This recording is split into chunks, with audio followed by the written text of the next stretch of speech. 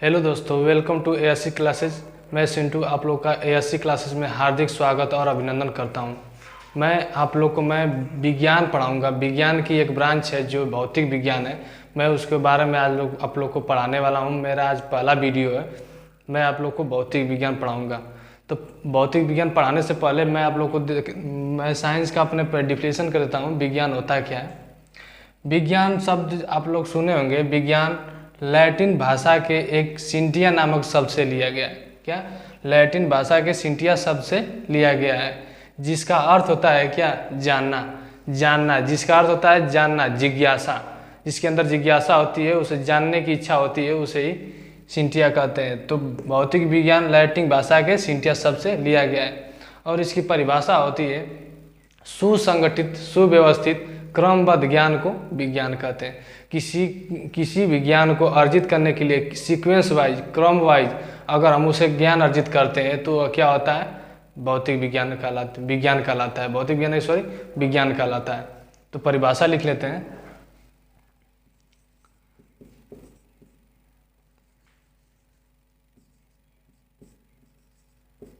विज्ञान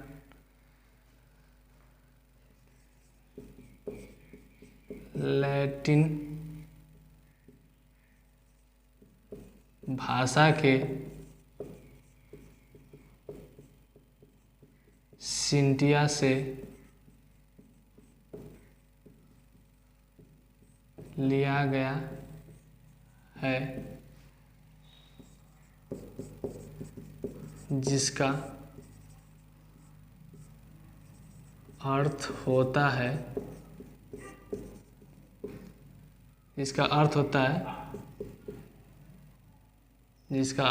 है जानना। क्या? जानना। जिसका अर्थ होता है क्या? जानना। और परिभाषा हमारे सुसंगठित, सुव्यवस्थित,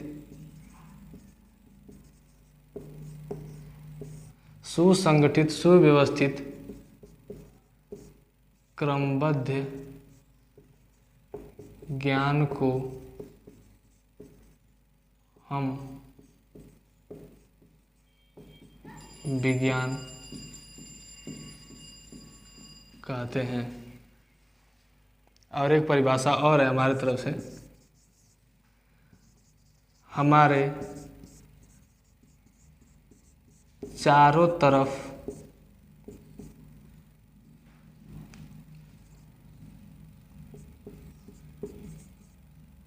प्राकृतिक तथ्य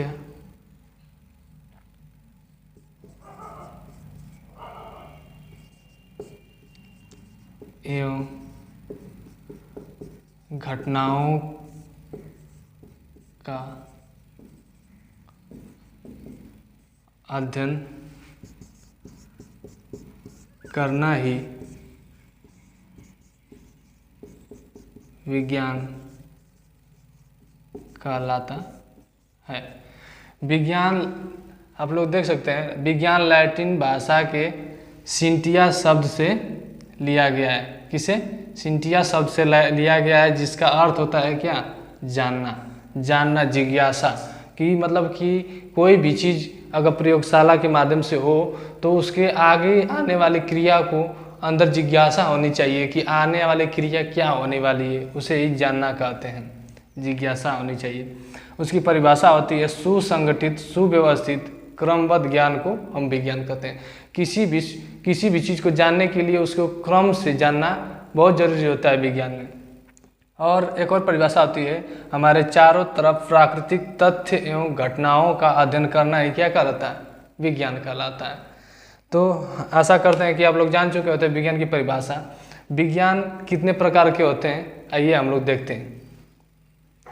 विज्ञान वैसे हमारे यहाँ हम लोग जानते हैं कि विज्ञान कई प्रकार के होते हैं, लेकिन हमें अपने किताबों में के अनुसार, अपने सिलेबस के माध्यम के अनुसार हमें पढ़ना होता है कि विज्ञान 3 प्रकार से हम लोग पढ़ते हैं। कितने प्रकार से? 3 प्रकार से। कौन कौन? विज्ञान 3। पहला है भौतिक विज्ञान। क्या? भौतिक विज्ञान, जिसे इंग्लिश में फिजिक्स कहते हैं। दूसरा होता है रसायन विज्ञान, रसायन विज्ञान। तीसरा होता है जीव विज्ञान।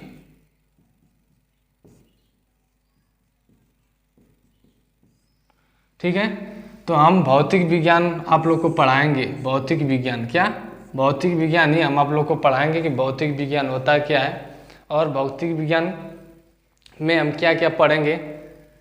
तो भौतिक विज्ञान की परिभाषा जानते हैं हम लोग। भौतिक विज्ञान की परिभाषा, भौतिक विज्ञान होता क्या है, भौतिक विज्ञान होता क्या है। भौतिक विज्ञान की परिभाषा हम लोग जानते हैं कि विज्ञान की वह शाखा, विज्ञान की वह शाखा जिसके अंतर्गत प्राकृतिक विज्ञान की परिभाषा लिख लेते हैं। विज्ञान की वह शाखा, विज्ञान की वह शाखा जिसके अंतर्गत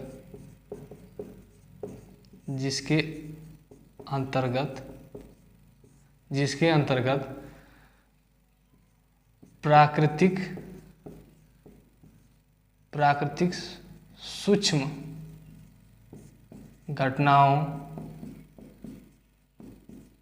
सूक्ष्म घटनाओं का अध्ययन किया जाता है, उन्हें भौतिक विज्ञान कहते हैं। विज्ञान की वह शाखा, विज्ञान की देखिए भौतिक विज्ञान एक शाखा है, विज्ञानी की शाखा है, उसी को परिभाषा के रूप में दर्शाया गया है। विज्ञान की वह शाखा जिसके अंतर्गत प्राकृतिक सूक्ष्म छोटे से छोटे घटना जो होगी उसी के अध्ययन किया जाता है, उसी को क्या बोलते हैं, भौतिक विज्ञान कहते हैं। समझ गए आ गए आप लोग। तो आपने परिभाषा जान चुके हैं भौतिक विज्ञान के। और भौतिक विज्ञान में अब हम आप लोग को चैप्टर 9th और क्लास 10th के चैप्टर प्लेलिस्ट के माध्यम से आप लोग को मिलेगा सीक्वेंस बाई। उन लोग का मैं नाम अभी लिख दे रहा हूँ, आप लोग अपना नोट कर लीजिएगा चैप्टर के नाम, और चैप्टर के नाम आप लोग अपने कॉपी पे नोट कर लीजिएगा। इसी प्लेलिस्ट के माध्यम से आप लोग को सीक्वेंस वाइज चैप्टर प्लेलिस्ट में मिलेगा हमारे नाम से। चलिए चैप्टर आप देख लेते हैं, भौतिक विज्ञान में कितने चैप्टर होते हैं।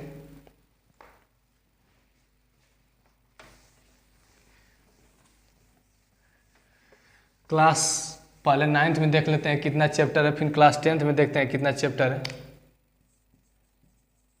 क्लास 9th और क्लास 10th। क्लास 9th में पहला चैप्टर है आप लोग का मात्रक। मात्रक तो वैसे आप लोग कुछ चैप्टर में दिया नहीं है, लेकिन मैं आप लोग को बता दूं कि अगर कोई भी भौतिक विज्ञान का चैप्टर पढ़ने से पहले अगर मात्रक चैप्टर पढ़ लेते हैं तो आप लोग को भौतिक विज्ञान जानने में आसानी होगी। अभी किसी को पूछ देगा, किसी की मात्रक पूछ देगा तो आप लोग भूल जाएंगे। तो अब मात्रक पढ़े रहेंगे तो मात्रक अपना जानने में बहुत आसानी होगी। जैसे पूछ देगा कि चाल का मात्रक क्या होता है, तो आप लोग को अगर ये मात्रक चैप्टर पढ़ रहेंगे तो मीटर प्रति सेकंड आप लोग आंसर दे सकते हैं। लेकिन अगर नहीं पढ़े रहेंगे तो आप अपने अंदर से बताने में हिचकिचाहट बढ़ेगी आप लोग को बताने से। चलिए ठीक है, पहला चैप्टर मात्रा, किसी चीज़ को मापने के लिए उसी के लिए मात्रक का उपयोग किया जाता है। इस चैप्टर में माप तौल के बारे में पढ़ाया जाएगा। ठीक है, अगले इसी क्रम में पढ़ते हैं। दूसरा चैप्टर है, दूसरा इसी चैप्टर में है गति। क्या है, गति। किसी वस्तु को गति में, गति कितने प्रकार की होती है, कौन सी गति, एक समान गति कौन सी होती है, असमान गति कौन सी होती है, इसके माध्यम से पढ़ाया जाएगा आप लोगों को। त्रिज्यरेखीय गति कौन सी होती है, दोलन गति क्या होती है, इस गति वाले चैप्टर में पढ़ाया जाएगा।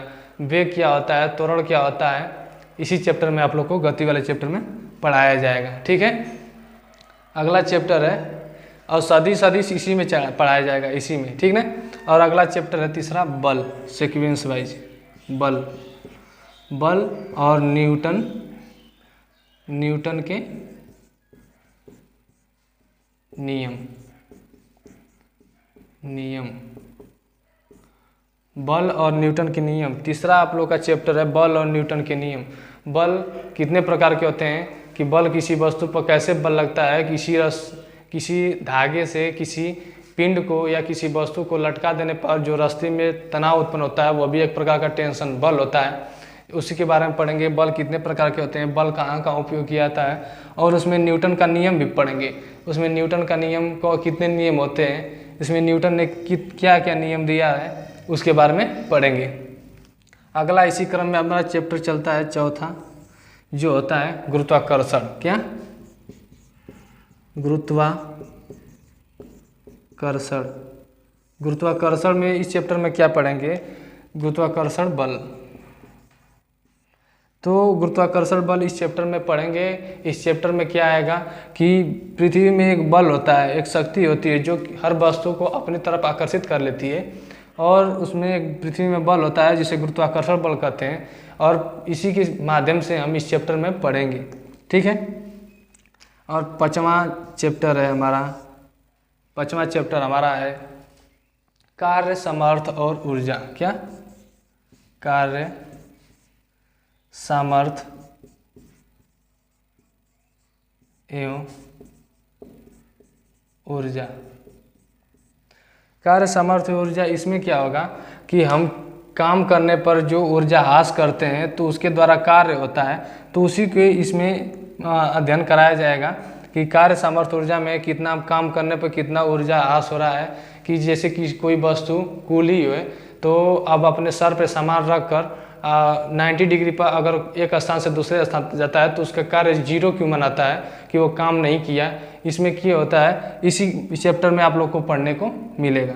अगला इसी सीक्वेंस वाइज अपना अगला चैप्टर है छठा, जो होता है ध्वनि। क्या होता है? ध्वनि। अगला चैप्टर है अपना ध्वनि।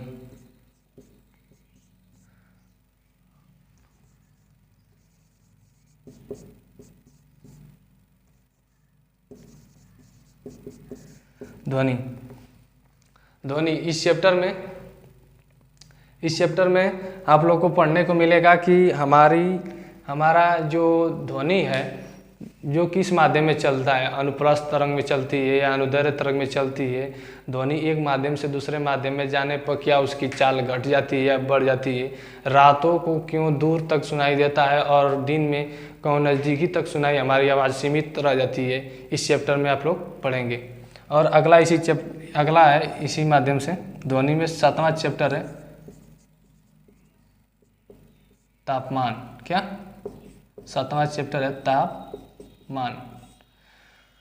तापमान। इस चैप्टर में हम क्या पढ़ेंगे, तापमान में क्या होता है कि कोई वस्तु कितना ठंड है, कितना गर्म है, ठंड और गर्म का एहसास होता है तापमान के माध्यम से। कौन मौसम कितना टेम्परेचर हाई हो जाता है, क्यों लो हो जाता है, बर्फ़ क्यों जम जाता है, क्यों पिघल जाता है, इस तापमान के माध्यम में हमें बुखार फ़ारेनहाइट में और सेल्सियस में कैसे मापा जाता है, इसी माध्यम में हम लोग को इस चैप्टर में पढ़ाया जाएगा। इसी के अगले क्रम में हमारा चैप्टर है आठवां, ऊष्मीय प्रसार। क्या? ऊष्मीय प्रसार। ऊष्मीय प्रसार, इसमें क्या पढ़ाया जाएगा आप लोग को, ऊष्मीय प्रसार जैसे कि किसी वस्तु को, ऊष्मीय मतलब ऊष्मा या हीट, प्रसार मतलब फैलना, तो किसी वस्तु को टेम्परेचर देने पर फैल जाता है। जैसे गर्मी के दिनों में आप लोग देखे होंगे कि रेल की पटरियाँ, इसमें बीच में स्पेस दिया जाता है। इसी स्पेस क्यों दिया जाता है कि उसमें रेल की पटरियाँ स्पेस इसलिए दिया जाता है कि गर्मी के दिनों में फैलती है, फैलने के बाद एक दूसरे से चिपक जाती हैं, उसमें स्पेस जो होता है कवर हो जाता है। और जो ठंडी के दिन में होता है पटरियाँ सिकुड़ जाती है, जिससे वो पटरी में स्पेस हो जाता है। इसी कारण फैला ऊष्मीय प्रसार, रेखीय प्रसार होता है, ठोस में, आयतन में, क्षेत्र में, क्षेत्रफल में, इसमें प्रसार होता है। तो ऊष्मीय प्रसार मतलब टेम्परेचर देने पर किसी वस्तु को फैला, यही था ऊष्मीय प्रसार होता है। इसी माध्यम से 9th का सिलेबस इतना ही है, और हम चलते हैं 10th के सिलेबस के माध्यम से। 10th का क्लास 10th में क्या क्या सिलेबस है हम लोग देख सकते हैं। क्लास 10th में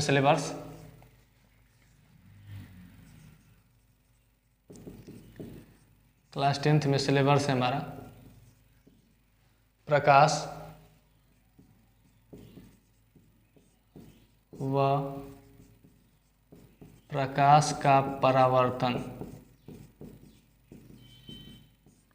प्रकाश व प्रकाश का परावर्तन। इसमें क्या होता है, प्रकाश आती है तो अगर हम किसी चमकीले भाग या चमकीले किसी ऑब्जेक्ट को लेकर अगर रखते हैं तो प्रकाश रिफ्लेक्शन होता है, उस सूर्य किरण आती है तो टकरा कर उसी माध्यम में लौट जाती है, तो इसी को क्या बोलते हैं, प्रकाश का अपवर्तन बोलते हैं। इस चैप्टर में इसी के बारे में हम अध्ययन करेंगे। और अगला इसी क्रम में है प्रकाश का अपवर्तन। क्या? प्रकाश का अपवर्तन इसमें क्या पढ़ेंगे, प्रकाश के अपवर्तन में जब प्रकाश आती है तो इसमें तो उसी माध्यम में लौट जा रही थी, लेकिन ये माध्यम को पार कर दूसरे माध्यम में जाएगी। जैसे दो माध्यम होता है, एक माध्यम से दूसरे माध्यम में जाएगी। अगर जैसे प्रकाश आ रही है तो वायुमंडल में प्रकाश आई तो जल में जाएगी तो किधर जाएगी, अभिलंब की ओर झुकेगी या दूर भागेगी, या उसकी रेखा जो सूर्य के प्रकाश आ रही है तो तिरछी हो जाएगी, टेढ़ी हो जाएगी या सीधे निकल जाएगी। इस चैप्टर में हम लोग पढ़ेंगे। अगला चैप्टर हमारा है तीसरा, मानव नेत्र। क्या? मानव नेत्र। इसमें क्या होता है, मानव नेत्र इस चैप्टर में हम पढ़ेंगे कि हमारे मानव में जो आँख होती है, हमारे यहाँ जो हमारे में जो आँख लगी होती है तो इसमें जो पुतली होती है कि इसका क्या कार्य होता है, आइरिस लगा होता है, इसका कार्य क्या होता है, कार्निया होती है, इसका कार्य क्या होता है, और रेटिना होती है, इसका क्या होता है। इस चैप्टर में हर पार्ट का हमारे आँख में इस पार्ट में जो हमारे आँख का जो पार्ट है ना उसके बारे में हम अध्ययन करेंगे मानव नेत्र में। अगला हमारा चैप्टर है चौथा इसी क्रम में, क्या है, विद्युत। क्या? विद्युत आप लोग तो जानते हैं, विद्युत के बारे में बताने की आवश्यकता नहीं है। विद्युत है जो हमारे घरों में जब विद्युत आती है तो हमारे घरों में जो विद्युत आती है तो उसको किस तरह उपयोग करते हैं। वोल्ट होता है, एम्पियर होता है, इस माध्यम में मापते हैं। और जो होता है कि हमारे घरों में वायरिंग जो होती है श्रेणी क्रम में होती है या समांतर क्रम में होती है, इसी माध्यम में हम विद्युत की वाले चैप्टर में पढ़ेंगे। अगला इसी में चैप्टर है हमारा पांचवा, यहाँ पे लिख देते हैं, पांचवा यहाँ पे लिख दे रहे हैं। पांचवा है, एक लास्ट चैप्टर है विद्युत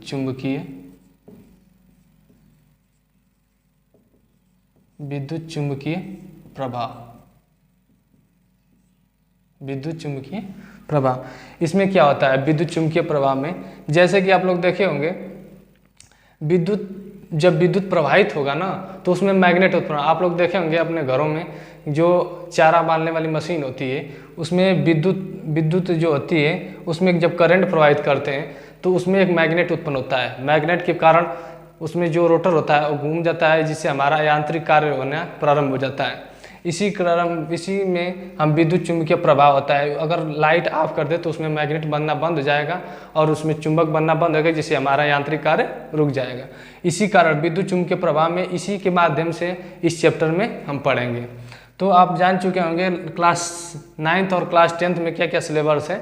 4 या 5 चैप्टर 10 में 10th में और 8 चैप्टर होता है 9th में। इसी के माध्यम से 9th और 10th का सिलेबस समाप्त हो जाता है। अगर अगले वीडियो में मैं मात्रक चैप्टर लेकर आऊँगा आप लोग के लिए, और इसी के माध्यम से मैं आज का क्लास यहीं पर विराम देता हूँ। धन्यवाद। Thank you so much.